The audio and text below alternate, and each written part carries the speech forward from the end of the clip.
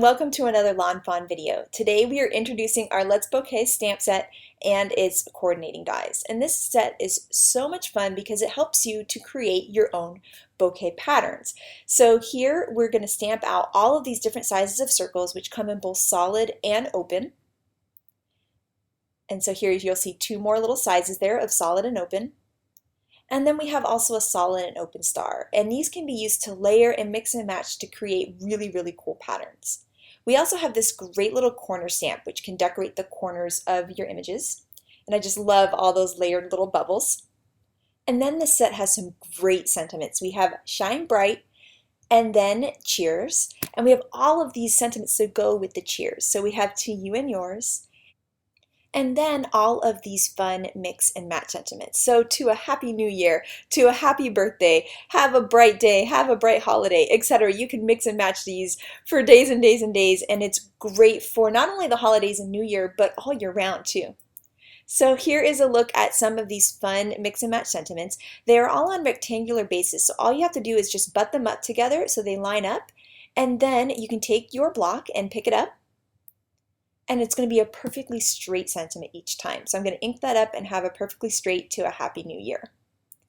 And here you can do to a happy day, to a happy life.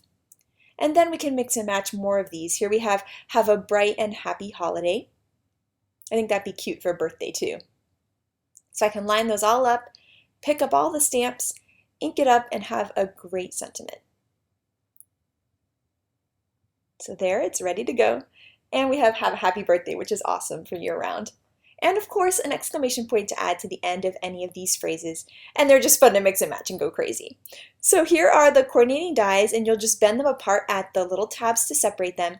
Then you can line them up with the circles and die cut all of them out in your die cut machine. So there you can see the circles are popped out. Now the great thing about these dies is you can use them without the stamps and just get different sizes of circles, which will be great for a lot of different types of projects too. So now it is time to start creating with this stamp set, and I am going to be creating 3 different styles of backgrounds and then a totally different way of using the set.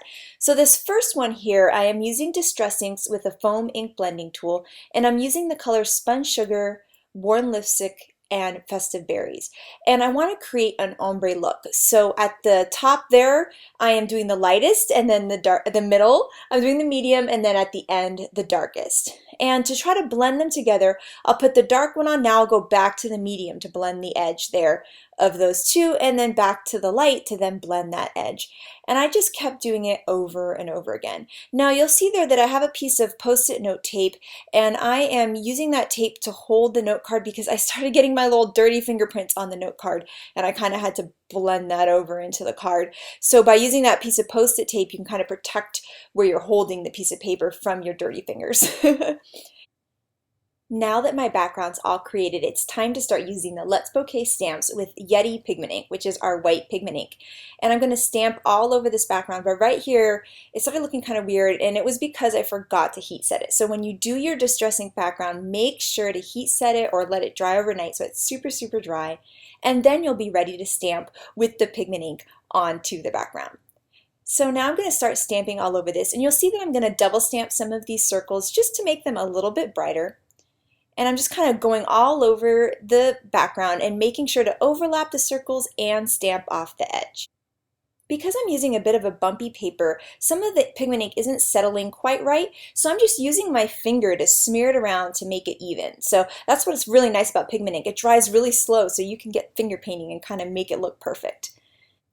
And now I continue to fill in the pattern with these smaller circles in the set. So I'm just kind of stamping them around, overlapping them, making them look kind of cool.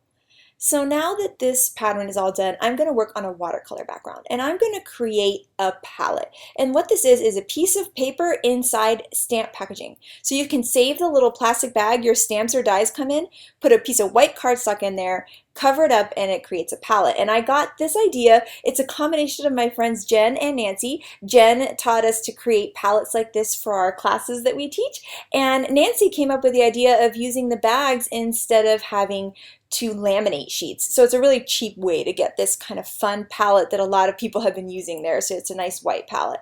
So here I've got 3 colors: Evergreen Bough, peacock feathers, and broken china. And I'm going to smear them all over there. And I've added a ton of water to my background, and I'm just bringing these colors on just in different edges and making sure to go kind of in a horizontal pattern with my brush just to create kind of this cool sky cloud look.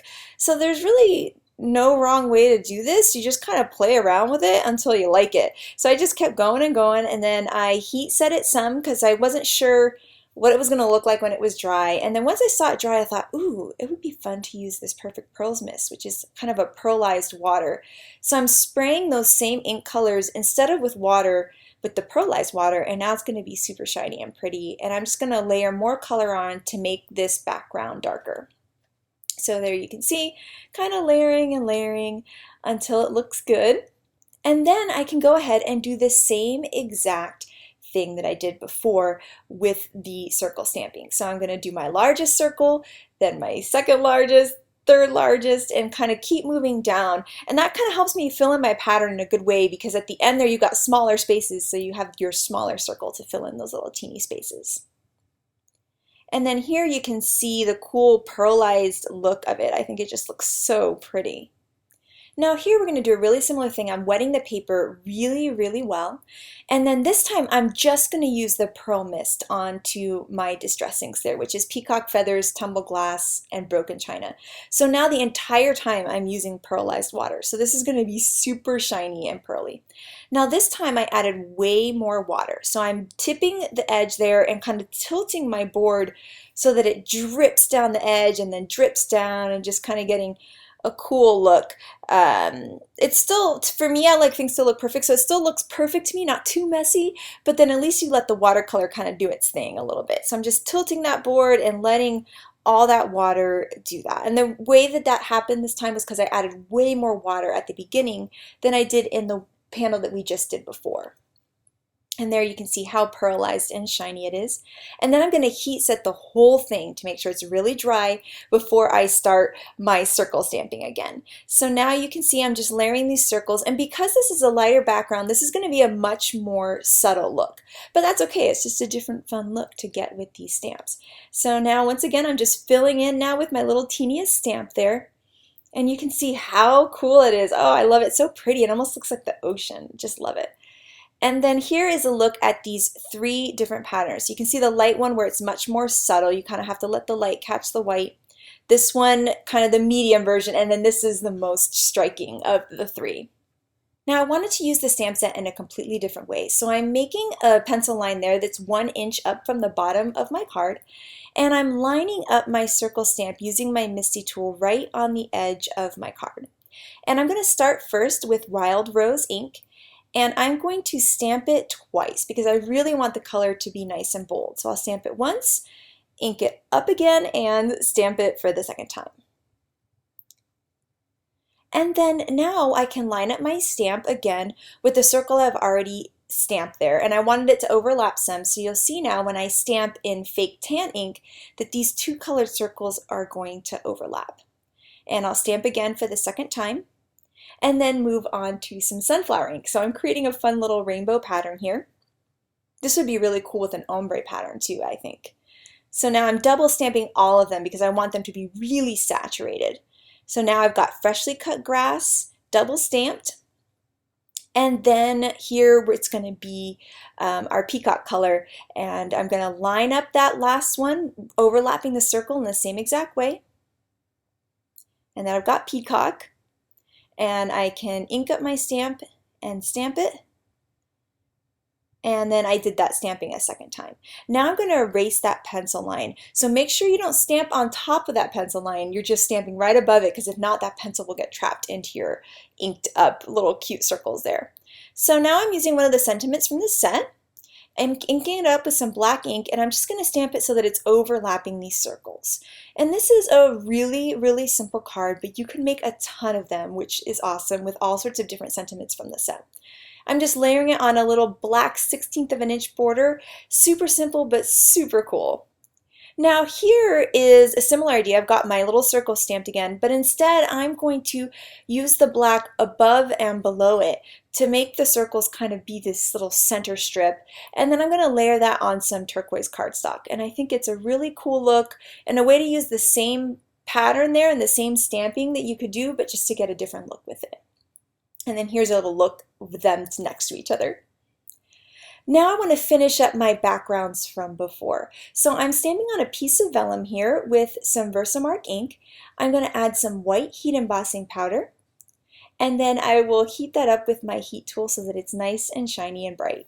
To glue this down to my piece of white cardstock, I'm going to use some multi-matte medium and just go over all of the letters to hide the adhesive. It's kind of the only place to hide it with the vellum. Vellum's always tough like that because you can't really hide the adhesive that well. But I put it on a white piece and then I put a little piece of glittery paper behind it. And once again, a really simple card, but it looks really cool with that background.